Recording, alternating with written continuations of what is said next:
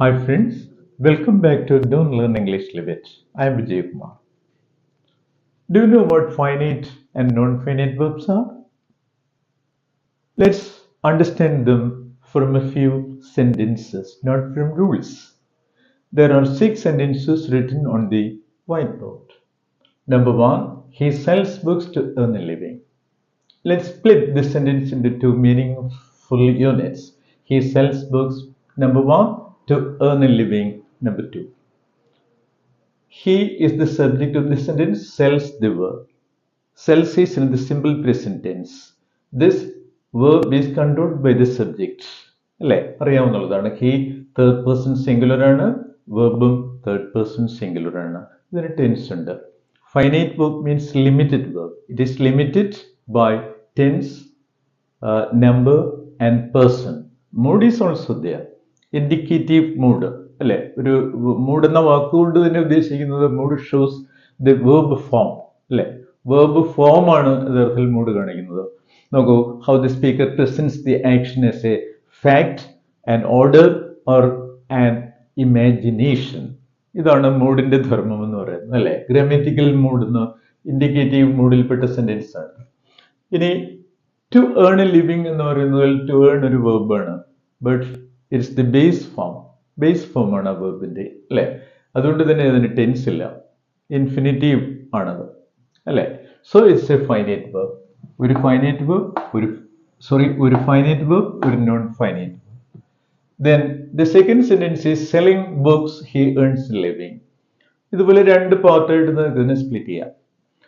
Selling books, ആ പാർട്ടിൽ selling എന്ന് പറയുന്ന വേർബ് ഉണ്ട്, ബട്ട് അതൊരു പ്രസന്റ് പാർട്ടിസിപ്പിൾ ആണ്, ഇങ് ഫോം ആണ്, ING ഫോം ആണ്.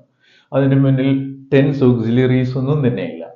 പക്ഷെ ഇവിടെ ഹി ഏൺസ് എ ലിവിങ്ങിൽ ഇതുപോലെ തന്നെ സെൽസ് പോലെ തന്നെ ഏൺസ് സിമ്പിൾ പ്രസന്റ് ആണ്. അതിന്റെ സബ്ജക്റ്റും ടെൻസും അതിനെ നിയന്ത്രിക്കുന്നുണ്ട്. അതുകൊണ്ട് തീർച്ചയായിട്ടും ഇത് ഫൈനൈറ്റ് വെർബാണ്. അപ്പോൾ ഇത് ഫൈനൈറ്റ് വെർബാണ്, ഇത് ഫൈനൈറ്റ് വെർബാണ്, ഇത് നോൺ ഫൈനൈറ്റ് വെർബാണ്, ഇത് നോൺ ഫൈനൈറ്റ് വെർബാണ്. Third sentence, having sold all his books he returned home. Having sold, having participle ആണ്, സോൾഡും പാർട്ടിസിപ്പിൾ ആണ്. ഒരു പാർട്ടിസിപ്പിൾ ഫ്രേസ് ആണ്. ഇത് രണ്ടും പാർട്ടിസിപ്പിൾ ആണ്. ഇത് രണ്ടും നോൺ ഫൈനൈറ്റ് വേർബ്സ് ആണ്. നോൺ ഫൈനൈറ്റ് ചെയിൻ എന്ന് വേണമെങ്കിൽ നമുക്ക് ഇതിനെ വിളിക്കാം. ഫൈനൈറ്റ് വേർബ് ഇതിനുള്ളിലില്ല. ഇനി നോക്കൂ, he return home. Return past tense ആണ്, സിമ്പിൾ പാസ്റ്റ് ടെൻസ് ആണ്, അതിനൊരു സബ്ജക്റ്റ് ഉണ്ട്.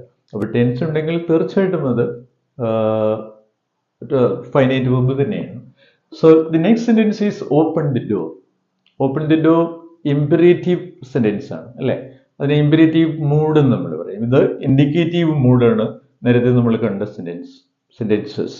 അല്ലെ, ഇവിടെ നമ്മൾ കണ്ടത് ഈ സെന്റൻസ് തീർച്ചയായിട്ടും ഇംപെറേറ്റീവ് മൂഡാണ്. അപ്പോൾ ഓപ്പൺ എന്ന് പറയുന്ന വേർബിന് ഒരു ടെൻസ് ഇല്ല, അത് വേർബിന്റെ ബേസ് ഫോം ആണ്. പക്ഷേ ഇതിനെ മൂഡ് നിയന്ത്രിക്കുന്നുണ്ട്. അപ്പൊ ടെൻസ് അല്ലെങ്കിൽ മൂഡ്, ടെൻസിന്റെ നിയന്ത്രണത്തിലോ മൂഡിന്റെ നിയന്ത്രണത്തിലോ വരിക എന്നുള്ളതാണ്. അപ്പോൾ ഇംപെരേറ്റീവ് മൂഡ് കാണിക്കുന്നത് കൊണ്ട് തന്നെ, അത് ഷോ ചെയ്യുന്നത് കൊണ്ട് തന്നെ ഓപ്പൺ എന്ന് പറയുന്നത് ഒരു ഫൈനൈറ്റ് വെർബാണ്. If I were you I wouldn't do it. If I were you, നിങ്ങൾ ഈ സെന്റൻസ് കേട്ടിരിക്കും തീർച്ചയായിട്ടും. ഇതൊരു കണ്ടീഷണൽ സെന്റൻസ് ആണ്. ഇത് ഹൈപ്പോത്തറ്റിക്കൽ ആയിട്ടുള്ള ഒരു സിറ്റുവേഷനാണ് ഈ സെന്റൻസിലുള്ളത്. ഇതൊരു ഇമാജിൻ സിറ്റുവേഷൻ ആണ്, യഥാർത്ഥത്തിലുള്ള കാര്യമല്ല. ഐ കനോട്ട് ബി യു, അല്ലെ, എനിക്കൊരിക്കലും നിങ്ങളാകാൻ പറ്റില്ല. Imagine that I am you എന്നാണ് ഈ സെന്റൻസിന്റെ മീനിങ്.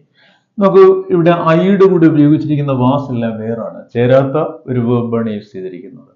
ഒരു അൺയൂഷ്വൽ മീനിങ് ഉള്ളത് കൊണ്ടാണ് അൺയൂഷ്വൽ വേർബ് ഇവിടെ യൂസ് ചെയ്യേണ്ടി വന്നത്. അല്ലെ, അപ്പോൾ ഇവിടെ വേറിനെ നോക്കൂ, അതിന് ടെൻസ് ഉണ്ട്, ബട്ട് അത് it shows or it refers to present or future time. ശരിയായ ടൈം അല്ല, പാസ്റ്റ് ടൈം അല്ല ഇത് കാണിക്കുന്നത്. നോക്കൂ, ഇതിനെയാണ് നമ്മൾ സബ്ജക്റ്റീവ് മൂഡ് എന്ന് പറയുന്നത്. അപ്പൊ ഈ ക്രിയ ഒരു മൂഡിനെ കാണിക്കുന്നുണ്ട്. അല്ലെ, ആ മൂഡിനെയാണ് സബ്ജക്റ്റീവ് മൂഡ് എന്ന് പറയുന്നത്. അതുകൊണ്ട് ഇവിടെ വേറെ ഫൈനൈറ്റ് വെർബാണ്. നോക്കൂ, ഇനി വുഡിൻ ഡു, ഇതില് വുഡ് നോക്കൂ, വില്ലിന്റെ ഇവിടെ പാസ്റ്റ് ഫോം വന്നതുകൊണ്ടാണ് യഥാർത്ഥത്തിൽ പാസ്റ്റ് എന്ന് പറയുന്നത് മോഡലുകളുടെ പാസ്റ്റ് എന്ന് പറയുന്നത് 100% ശരിയല്ല. എല്ലായിടത്തും അവയ്ക്ക് പാസ്റ്റ് ഇല്ല. പക്ഷെ ഇവിടെ ഇതിനോട് യോജിക്കാനാണ്, ഇതുമായിട്ട് എഗ്രി ചെയ്യാനാണ് ഇവിടെ വുഡ് ഉപയോഗിച്ചിരിക്കുന്നത്. അപ്പൊ വുഡ് തീർച്ചയായിട്ടും ഫൈനൈറ്റ് വെർബാണ്. അപ്പൊ ഇവിടെ 2 ഫൈനൈറ്റ് വെർബ് ഉണ്ട് അല്ലെ. ഇതിനെ മൂഡ് നിയന്ത്രിക്കുന്നുണ്ടാണെന്ന് മനസ്സിലാക്കുക. അടുത്ത he may be sleeping now. He may be sleeping now എന്ന് പറയുമ്പോൾ അർത്ഥം എന്താണ്? Perhaps he is sleeping now ആണ്. ഇവിടെ മെയ് എന്ന് പറയുന്ന ഒരു മൗഡിൽ ഓക്സിലറി ആണ് യൂസ് ചെയ്തിരിക്കുന്നത് അല്ലെ. മൗഡിൽ ഓക്സിലറീസിനെ പറ്റി നിങ്ങൾ തീർച്ചയായിട്ടും പഠിച്ചിരിക്കുക. എല്ലാ മൗഡിൽ ഓക്സിലറികളും നമുക്ക് തീർച്ചയായിട്ടും ഫൈനൈറ്റ് വെർബുകളാണ്. മനസ്സിലായില്ലേ? എന്താണ് മൊഡാലിറ്റി എന്ന് പറയുന്നത്? മൂഡും മൊഡാലിറ്റിയും രണ്ടാണ്. മൊഡാലിറ്റി എന്ന് പറയുന്നത് സ്പീക്കറിന്റെ ആറ്റിറ്റ്യൂഡ്.